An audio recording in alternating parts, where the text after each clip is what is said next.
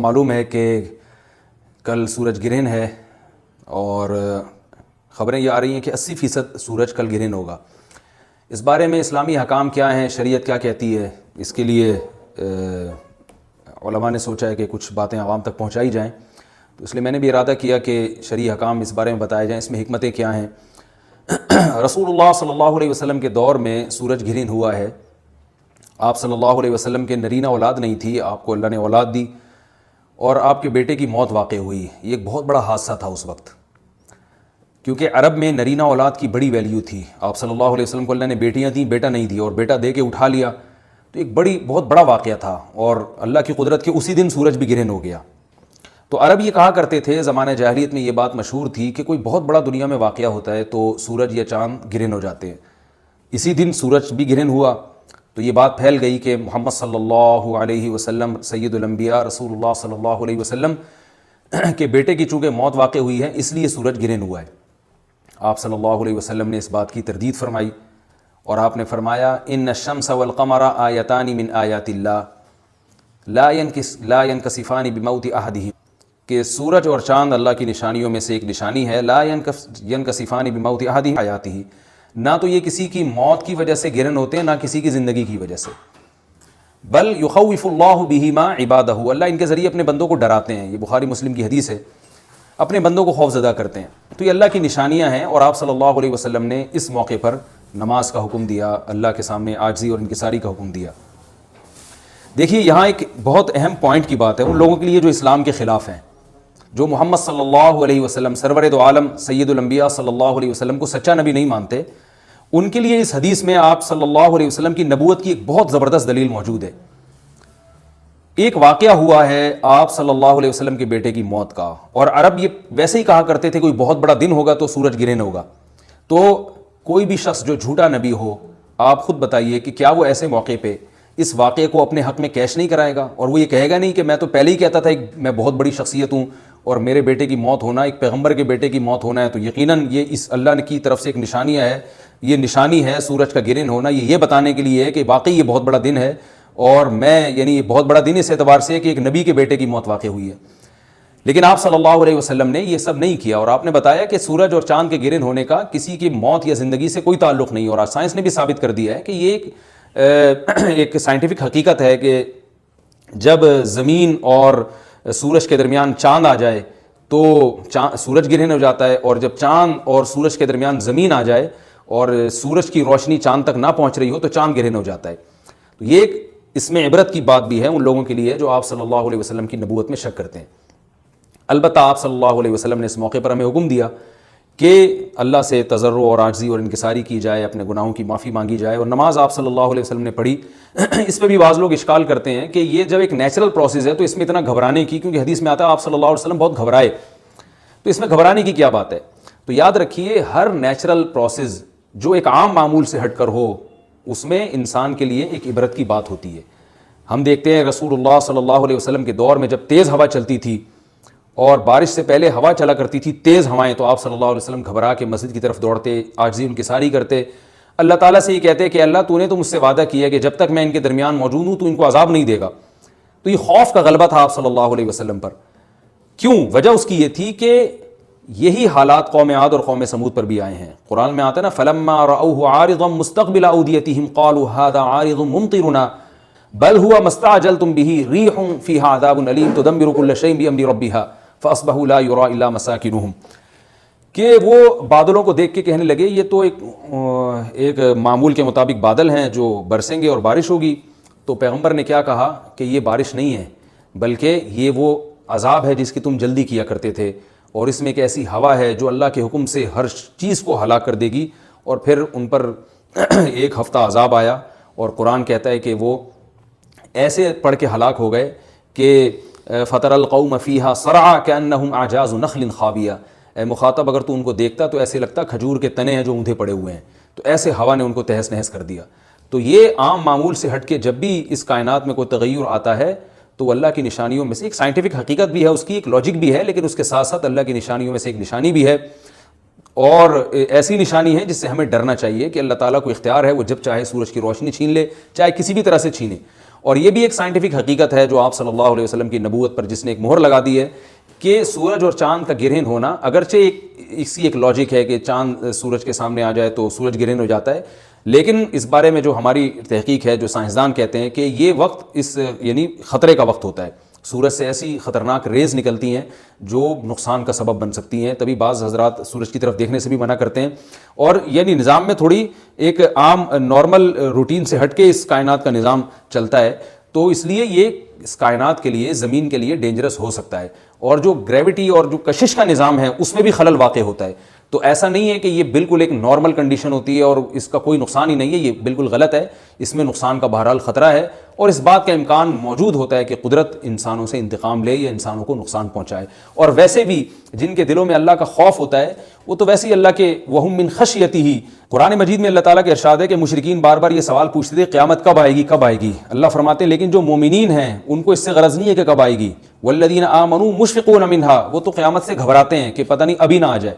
تو جس کے دل میں اللہ کا خوف ہوتا ہے اس کے زندگی گزارنے کا طریقہ کچھ اور ہوتا ہے، وہ بات بات پہ اللہ سے ڈرتا ہے، اس کو اللہ سے ڈرنے کا بہانہ چاہیے، اس کو توبہ کا بہانہ چاہیے۔ تو اس بحث میں پڑھنا کہ یہ تو ایک لاجیکلی ایک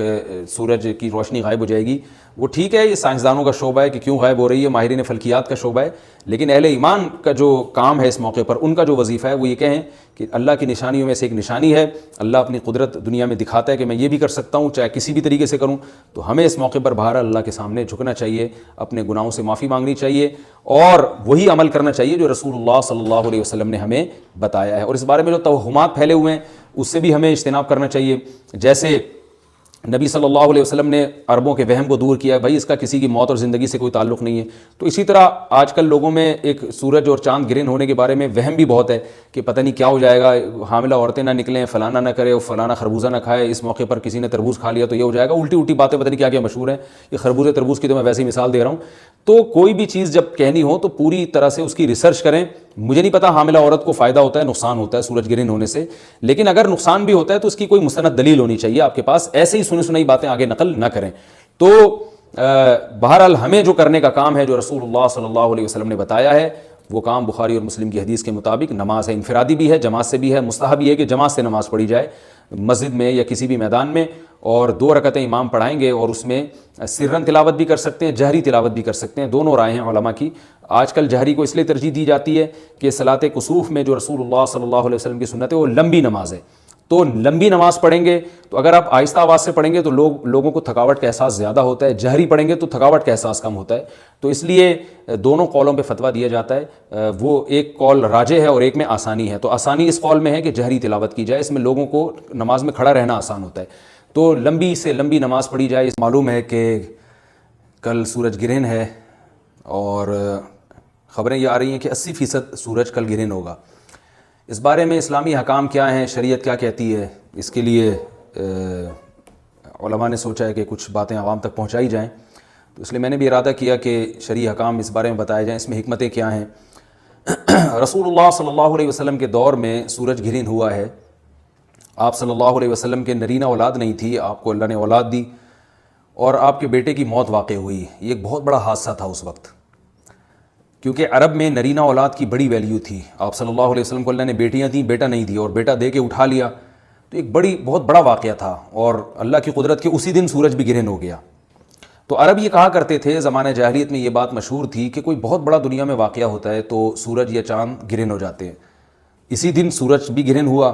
تو یہ بات پھیل گئی کہ محمد صلی اللہ علیہ وسلم سید الانبیاء رسول اللہ صلی اللہ علیہ وسلم کے بیٹے کی چونکہ موت واقع ہوئی ہے اس لیے سورج گرہن ہوا ہے۔ آپ صلی اللہ علیہ وسلم نے اس بات کی تردید فرمائی اور آپ نے فرمایا ان الشمس والقمر آیتان من آیات اللہ لا ينکسفان بموت احدہم،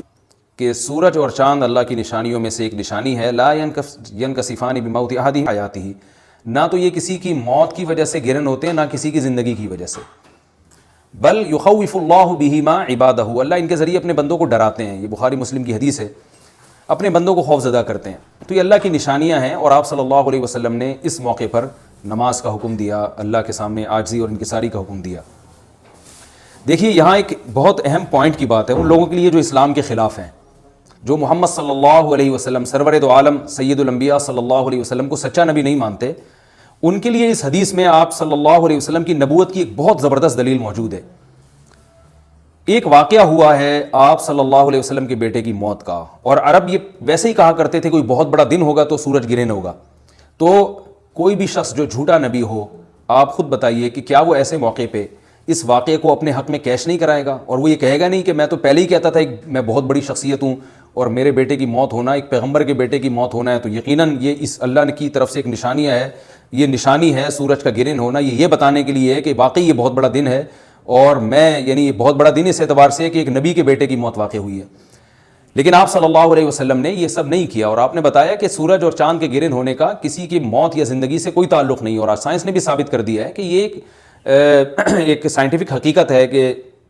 جب زمین اور سورج کے درمیان چاند آ جائے تو سورج گرہن ہو جاتا ہے، اور جب چاند اور سورج کے درمیان زمین آ جائے اور سورج کی روشنی چاند تک نہ پہنچ رہی ہو تو چاند گرہن ہو جاتا ہے۔ تو یہ ایک اس میں عبرت کی بات بھی ہے ان لوگوں کے لیے جو آپ صلی اللہ علیہ وسلم کی نبوت میں شک کرتے ہیں۔ البتہ آپ صلی اللہ علیہ وسلم نے اس موقع پر ہمیں حکم دیا کہ اللہ سے تضرع اور عاجزی اور انکساری کی جائے، اپنے گناہوں کی معافی مانگی جائے، اور نماز آپ صلی اللہ علیہ وسلم نے پڑھی۔ اس پہ بھی بعض لوگ اشکال کرتے ہیں کہ یہ جب ایک نیچرل پروسیس ہے تو اس میں اتنا گھبرانے کی، کیونکہ حدیث میں آتا ہے آپ صلی اللہ علیہ وسلم بہت گھبرائے، تو اس میں گھبرانے کی کیا بات ہے؟ تو یاد رکھیے ہر نیچرل پروسیس جو ایک عام معمول سے ہٹ کر ہو اس میں انسان کے لیے ایک عبرت کی بات ہوتی ہے۔ ہم دیکھتے ہیں رسول اللہ صلی اللہ علیہ وسلم کے دور میں جب تیز ہوا چلتی تھی اور بارش سے پہلے ہوا چلا کرتی تھی تیز ہوائیں، تو آپ صلی اللہ علیہ وسلم گھبرا کے مسجد کی طرف دوڑتے، عاجزی انکساری کرتے، اللہ تعالیٰ سے یہ کہتے کہ اللہ تو نے تو مجھ سے وعدہ کیا کہ جب تک میں ان کے درمیان موجود ہوں تو ان کو عذاب نہیں دے گا۔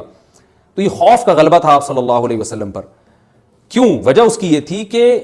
یہی حالات قوم عاد اور قوم سمود پر بھی آئے ہیں۔ قرآن میں آتا ہے نا فَلَمَّا رَأَوْهُ عَارِضًا مُسْتَقْبِلَ أَوْدِيَتِهِمْ قَالُوا هَذَا عَارِضٌ مُمْطِرُنَا بَلْ هُوَ مَا اسْتَعْجَلْتُمْ بِهِ رِيحٌ فِيهَا عَذَابٌ أَلِيمٌ تُدَمِّرُ كُلَّ شَيْءٍ بِأَمْرِ رَبِّهَا فَأَصْبَحُوا لَا يُرَىٰ إِلَّا مَسَاكِنُهُمْ، کہ وہ بادلوں کو دیکھ کے کہنے لگے یہ تو ایک معمول کے مطابق بادل ہیں جو برسیں گے اور بارش ہوگی۔ تو پیغمبر نے کیا کہا کہ یہ بارش نہیں ہے بلکہ یہ وہ عذاب ہے جس کی تم جلدی کیا کرتے تھے، اور اس میں ایک ایسی ہوا ہے جو اللہ کے حکم سے ہر چیز کو ہلاک کر دے گی۔ اور پھر ان پر ایک ہفتہ عذاب آیا، اور قرآن کہتا ہے کہ وہ ایسے پڑھ کے ہلاک ہو گئے کہ فَتَرَ الْقَوْمَ فِيهَا صَرْعَىٰ كَأَنَّهُمْ أَعْجَازُ نَخْلٍ خَاوِيَةٍ، اے مخاطب اگر تو ان کو دیکھتا تو ایسے لگتا کھجور کے تنے ہیں جو اوندھے پڑے ہوئے ہیں۔ تو ایسے ہوا نے ان کو تہس نہس کر دیا۔ تو یہ عام معمول سے ہٹ کے جب بھی اس کائنات میں کوئی تغیر آتا ہے تو اللہ کی نشانیوں میں سے ایک سائنٹیفک حقیقت بھی ہے، اس کی ایک لاجک بھی ہے، لیکن اس کے ساتھ ساتھ اللہ کی نشانیوں میں سے ایک نشانی بھی ہے، اور ایسی نشانی ہے جس سے ہمیں ڈرنا چاہیے کہ اللہ تعالیٰ کو اختیار ہے، وہ جب چاہے سورج کی روشنی چھین لے، چاہے کسی بھی طرح سے چھینے۔ اور یہ بھی ایک سائنٹیفک حقیقت ہے جو آپ صلی اللہ علیہ وسلم کی نبوت پر جس نے ایک مہر لگا دی ہے کہ سورج اور چاند کا گرہن ہونا، اگرچہ اسی ایک لاجک ہے کہ چاند سورج کے سامنے آ جائے تو سورج گرہن ہو جاتا ہے، لیکن اس بارے میں جو ہماری تحقیق ہے، جو سائنسدان کہتے ہیں کہ یہ وقت اس یعنی خطرے کا وقت ہوتا ہے، سورج سے ایسی خطرناک ریز نکلتی ہیں جو نقصان کا سبب بن سکتی ہیں، تبھی بعض حضرات سورج کی طرف دیکھنے سے بھی منع کرتے ہیں، اور یعنی نظام میں تھوڑی ایک عام نارمل روٹین سے ہٹ کے اس کائنات کا نظام چلتا ہے، تو اس لیے یہ اس کائنات کے لیے، زمین کے لیے ڈینجرس ہو سکتا ہے، اور جو گریوٹی اور جو کشش کا نظام ہے اس میں بھی خلل واقع ہوتا ہے۔ تو ایسا نہیں ہے کہ یہ بالکل ایک نارمل کنڈیشن ہوتی ہے اور اس کا کوئی نقصان ہی نہیں ہے، یہ بالکل غلط ہے، اس میں نقصان کا بہرحال خطرہ ہے، اور اس بات کا امکان موجود ہوتا ہے کہ قدرت انسانوں سے انتقام لے یا انسانوں کو نقصان پہنچائے۔ اور ویسے بھی جن کے دلوں میں اللہ کا خوف ہوتا ہے وہ تو ویسے ہی اللہ کے وَهُم مِّن خَشْيَتِهِ، قرآن مجید میں اللہ تعالیٰ کے ارشاد ہے کہ مشرکین بار بار یہ سوال پوچھتے تھے قیامت کب آئے گی کب آئے گی، اللہ فرماتے ہیں لیکن جو مومنین ہیں ان کو اس سے غرض نہیں ہے کہ کب آئے گی، وَالَّذِينَ آمَنُوا مُشْفِقُونَ مِنْهَا، وہ تو قیامت سے گھبراتے ہیں کہ پتہ نہیں ابھی نہ آ جائے۔ تو جس کے دل میں اللہ کا خوف ہوتا ہے اس کے زندگی گزارنے کا طریقہ کچھ اور ہوتا ہے، وہ بات بات پہ اللہ سے ڈرتا ہے، اس کو اللہ سے ڈرنے کا بہانہ چاہیے، اس کو توبہ کا بہانہ چاہیے۔ تو اس بحث میں پڑھنا کہ یہ تو ایک لاجیکلی ایک سورج کی روشنی غائب ہو جائے گی، وہ ٹھیک ہے، یہ سائنسدانوں کا شعبہ ہے کہ کیوں غائب ہو رہی ہے، ماہرین فلکیات کا شعبہ ہے، لیکن اہل ایمان کا جو کام ہے اس موقع پر، ان کا جو وظیفہ ہے وہ یہ کہیں کہ اللہ کی نشانیوں میں سے ایک نشانی ہے، اللہ اپنی قدرت دنیا میں دکھاتا ہے کہ میں یہ بھی کر سکتا ہوں چاہے کسی بھی طریقے سے کروں، تو ہمیں اس موقع پر بہرحال اللہ کے سامنے جھکنا چاہیے، اپنے گناہوں سے معافی مانگنی چاہیے، اور وہی عمل کرنا چاہیے جو رسول اللہ صلی اللہ علیہ وسلم نے ہمیں بتایا ہے۔ اور اس بارے میں جو توہمات پھیلے ہوئے ہیں اس سے بھی ہمیں اجتناب کرنا چاہیے، جیسے